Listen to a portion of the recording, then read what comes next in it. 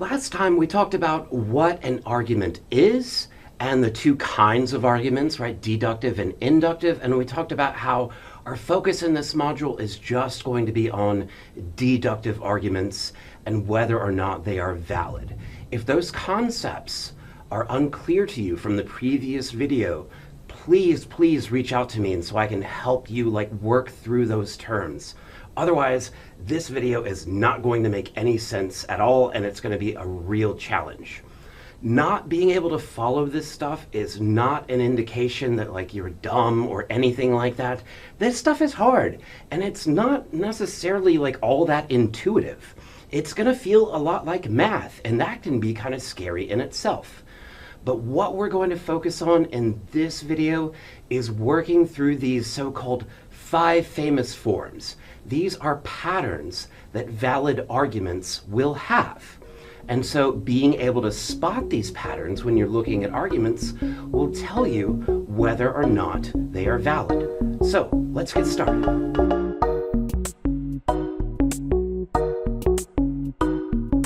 So like I mentioned, there are 5 of these forms.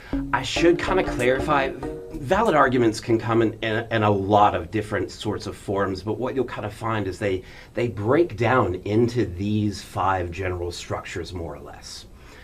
And so being able to learn these and spot these really does help you be able to spot valid deductive arguments and then puts you on the right path to being able to spot good arguments. Remember, valid does not mean good. It just means it has the right kind of structure.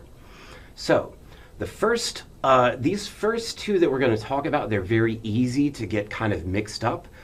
What I might recommend doing is, if you're taking notes or something like that, maybe chill and just kind of watch this for a little bit.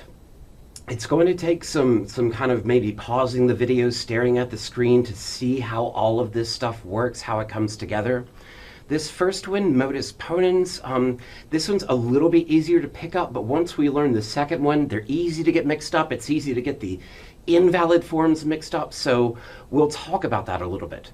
And by the way, you don't need to know these terms. I won't ask you or test you about the terms themselves. It's just, this is how we refer to them, and it's nice to have some exposure to this kind of terminology. So modus ponens, the basic idea is this. I start with some kind of claim that if something is true, then this other thing must be true. And then I learn that the first thing is true, so yeah, the second thing has to be true. Take a look at some of the examples. If it rains, the ground gets wet. It rains, so yeah, the ground gets wet. If A, then B, A, therefore B. Or as I've got on the screen here, if box, then circle. Box is true, so circle has got to be true. So what we have is a conditional, an if-then statement. We learn that the first part of it is true, so then we know that the second part of it must also be true. Now there is a kind of a converse, a sort of flip side of this rule called modus tollens. And this is where things can start to get a little bit tricky. So just like before, we're going to start with a conditional, right? If box, then circle. If A, then B. If this is true, then this other thing is true. But now what we learn is that the back end of that conditional, the circle part of it, that is false. That is not true. When that happens, what we know is that the first part can't be true either. So if something is a cat, then it's a mammal, right? Because cats are mammals. So let's say I've got a box here, and I tell you, okay, there's something inside of this box. Oh, and by the way, cats are mammals, right? And I tell you, by the way, so what's in this box here is not a mammal. I've just told you that the circle part is false, right? If it's a cat, then it's a mammal, and it's not a mammal. So guess what? There's no way it can be a cat.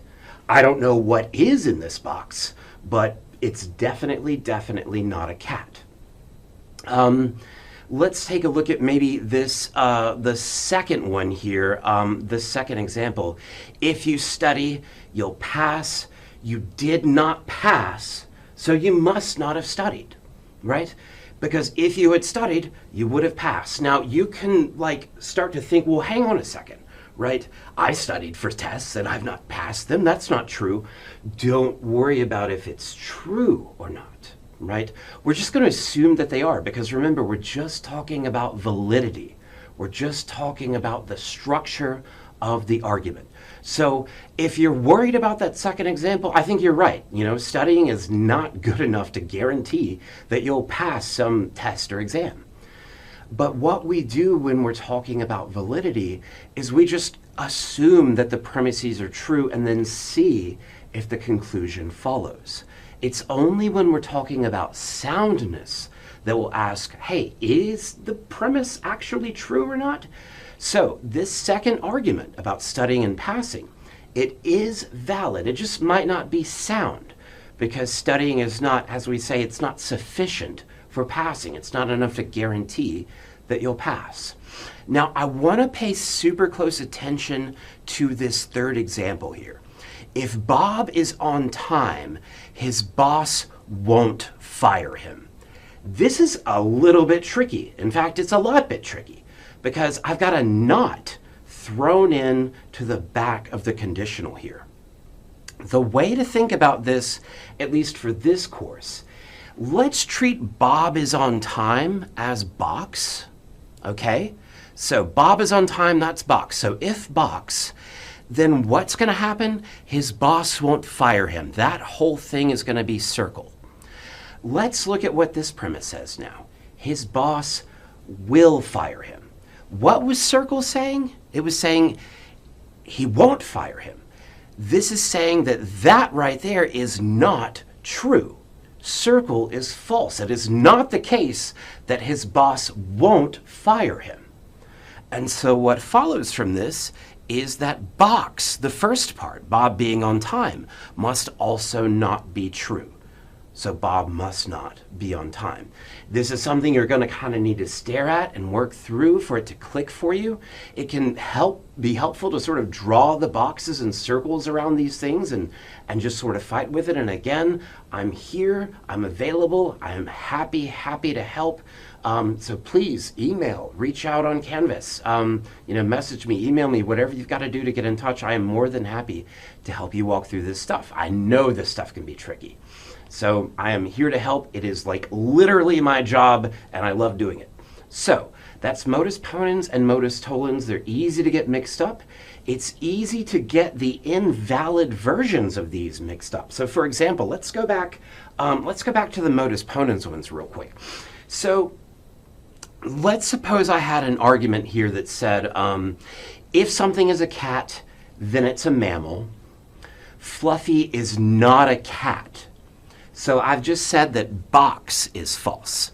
So box is false, right? Fluffy is not a cat. What does that tell us? It doesn't tell us anything, right? All we know is, okay, well, Fluffy's not a cat. We don't know that she's not a mammal, right? Because what if Fluffy was a dog, right? Dogs are mammals, so that wouldn't work.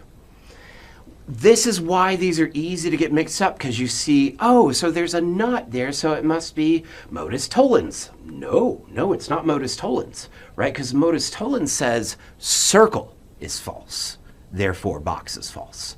Modus ponens says box is true, therefore circle is true. So ponens is all about saying yes, right? It's saying box must be true. The first part must be true. Tollens is like backwards and flipped almost, right? It's saying that the back part is false, so the front part must be false. That's how modus ponens and modus tollens work. Any other variation that you see, like the one that I just mentioned, that, oh, if it's a cat, it's a mammal, Fluffy is not a cat, boom, we're done. There's no way, at least as far as we're concerned, in these kinds of patterns, there's no way that can be a valid argument. Okay, so those are, I think, the trickiest ones.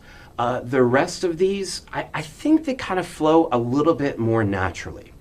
So this one, hypothetical syllogism, it's so much fun to say. The basic idea is this. We start, again, with a conditional, right? If box is true, then circle is true. Okay, we're used to that by now. But then we learn, hey, if circle is true, then triangle must be true. All this is just connecting box with triangle. Think about it this way. 1 is less than 2. 2 is less than 3. So 1 is less than 3. It's transitivity, if you like that term, just for logic instead of math. Well, I guess logic is math, but you know. So hypothetical syllogism just kind of connects two conditionals into one, and it connects this first element to the last one. And again, you know, take your time with these examples, look through them, pause the video, make sure they make sense to you, and if they don't, please reach out. I am happy to help. Okay, this next one, disjunctive syllogism. This one can be a little bit confusing because you'll notice I've got like two versions here. Here's again the basic idea. We're going to start with two options, box or circle, soup or salad, unicorns or tomatoes, whatever. We have two options. And then we learn that one of these options is false. So if I tell you, you know, I've got a box here, and inside this box is either a dog or a cat, and it's not a dog, it must be a cat, right? I've given you two options, I've eliminated one of them, so the other one must be true. So if I learn that box is false, right, not box, then I know circle must be true. If I learn that circle is false, then I know that box must be true, right? So if the front part's true, or sorry, if the front part is false, then the back part must be true. If the back part is false, then the front part must be true. Now, the invalid version of this that trips up every student, this is not going to be valid, okay? Let me give you an example here. Jim is either exercising or he's dieting. So we've got our two or statements. So he's exercising or he's dieting. He is exercising, therefore he's not dieting. Notice I've flipped these, right? He is exercising, so he's not dieting.